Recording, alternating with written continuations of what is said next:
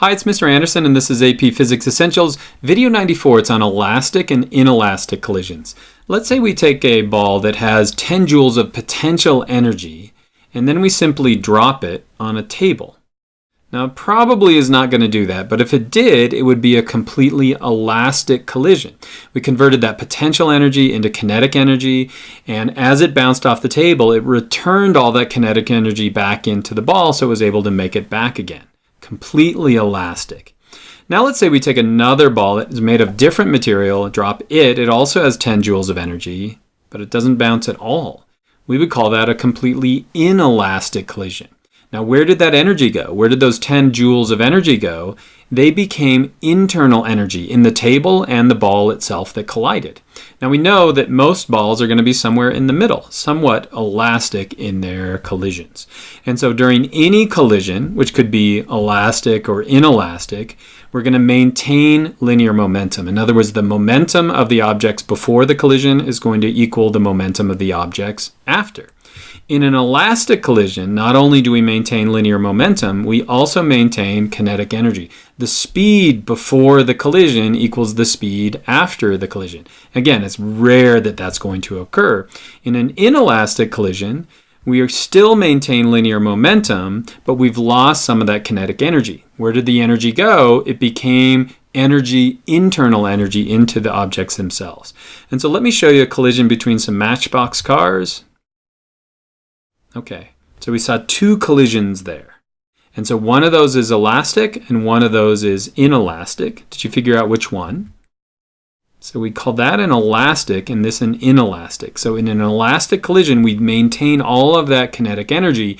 In an inelastic collision, some of that energy goes into the internal energy of the objects itself. If you think about two real cars running into each other, there's a lot of damage done inside those cars, and that's internal energy. It used to be kinetic energy that is doing the damage inside the car. Let's start by studying some elastic collisions, and we're using a SimBucket simulation where carts will collide with each other. You can see on the left side that we have a 1 kilogram cart.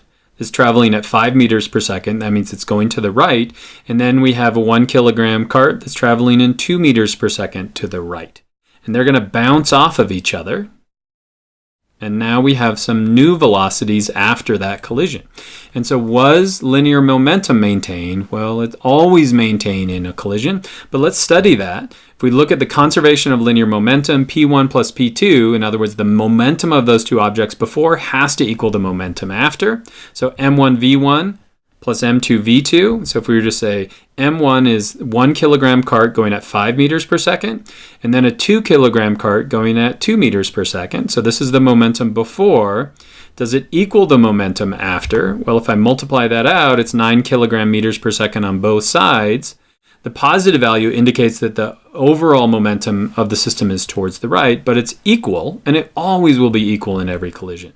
But did we maintain kinetic energy? To do that, we're going to have to use a different formula. Kinetic energy in has to equal kinetic energy out. It's an unwieldy formula. And so again, it's just 1/2 mv squared. That's kinetic energy, remember. This would be of object 1 and 2 before and then after the collision. So if I plug in those values here, what we find is that the 16.5 joules we had before the collision equals the 16.5 joules that we had after the collision. This is an elastic collision. They're just bouncing off of each other. We're not losing any of that kinetic energy. But let's say we deal with an inelastic collision. Remember, in an inelastic collision, in this case, let's say it's completely inelastic. These two carts are going to come connected to each other when they collide. Then this formula, conservation of kinetic energy, is useless to us. It doesn't help us at all. But what's neat is since they have a shared velocity after they collide, we can use the conservation of linear momentum to figure out, where's that energy going? And so if we write it out like this would be momentum before and then momentum after. You can see that in this case, those two carts are going to become connected. And so the velocity of both of them after is going to be exactly the same. They're going to become connected. And so I've written that as V3. This is our new shared velocity of the two. And so what I can do is I can plug in my values. We had a 1 kilogram cart going at 5 meters per second before the collision, and a 2 kilogram cart going at 2 meters per second after, the masses don't change. And so I can solve for that V3. I can solve for a velocity of 3 meters per second. And so if it's an inelastic collision, since they're connected, that shared velocity allows me to solve for the change in linear momentum. Let's make sure that that works. Yep, they both have 3 meters per second that's going to the right. And so did you learn to predict the outcome of either an elastic or an inelastic collision? Remember, elastic is when we don't lose any of that kinetic energy. Could you plan data collection? I'm using a simulation, but you could use carts colliding as well. Did you learn to classify a collision as elastic or inelastic? If we lose that energy, then it's going to be inelastic. And then finally, could you apply the conservation of linear momentum to an instance where we have an inelastic collision to solve for its final velocity? I hope so, and I hope that was helpful.